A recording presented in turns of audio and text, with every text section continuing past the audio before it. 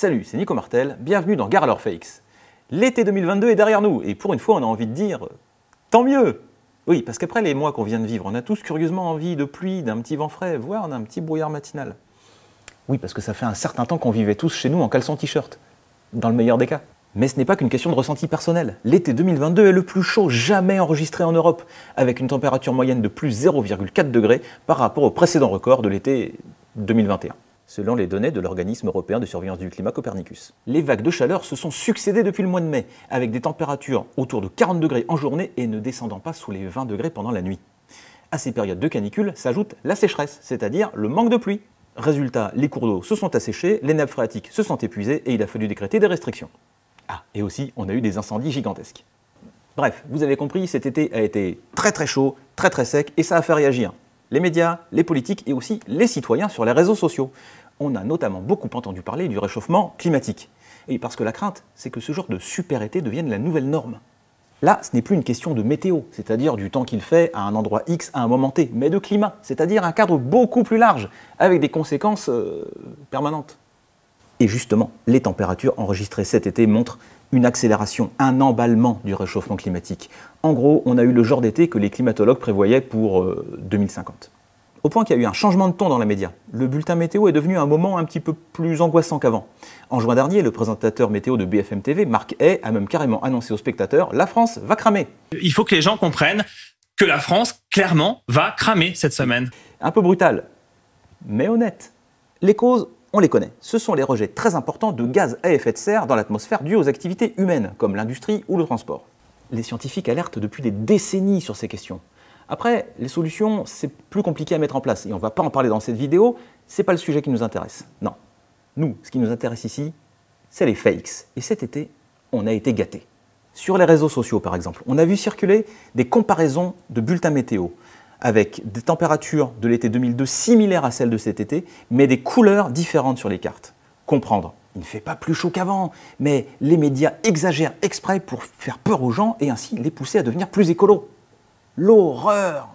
Sauf que dans la comparaison qui a circulé, le bulletin météo censé dater de 2002 datait en fait de 2019. Les bulletins provenaient de chaînes différentes. Or, il n'y a pas de code universel. Chaque chaîne utilise le code couleur qui lui est propre. Et puis, on peut aussi faire évoluer un code couleur au fil du temps pour mieux refléter une situation. C'est pas interdit.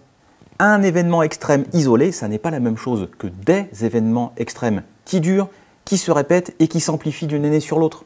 Donc, même s'il a aussi fait très chaud en 2003 ou en 1976, une date qui a marqué beaucoup de gens de la génération de tes grands-parents, eh bien, ça ne veut pas dire que ces températures sont normales en été. Et c'est là qu'on assiste à un phénomène intéressant. Les climato-dénialistes, c'est-à-dire les gens qui refusent de croire au réchauffement climatique ou qui refusent de croire que les activités humaines en sont la cause, ont quasiment disparu des grands médias. Ils se sont donc logiquement radicalisés avec un discours de plus en plus parano. Par exemple, le vidéaste Silvano Trotta, connu pour ses nombreuses théories conspirationnistes sur l'Ukraine, les vaccins, les aliens et la Lune creuse, a déclaré sur son compte Telegram « En France, les médias aux ordres ne parlent plus que d'une chose ultra mystérieuse, il peut faire chaud en été.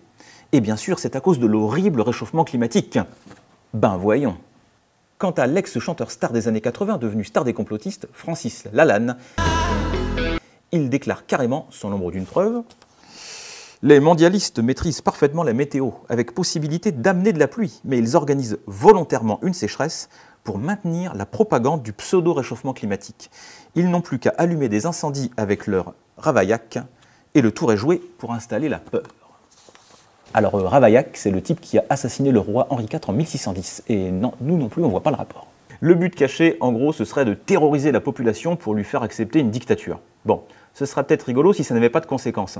Mais selon un rapport de l'OCDE paru en juillet dernier, la France compte encore de nombreuses personnes qui soit ne croient pas au réchauffement climatique, soit sont très mal informées sur ses causes et ses effets.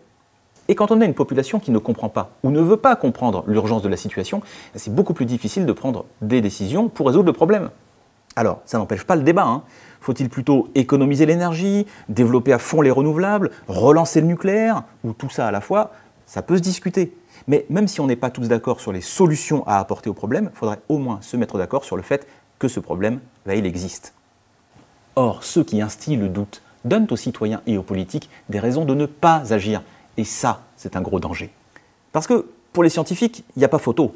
1 le réchauffement climatique est un phénomène réel et observable. 2.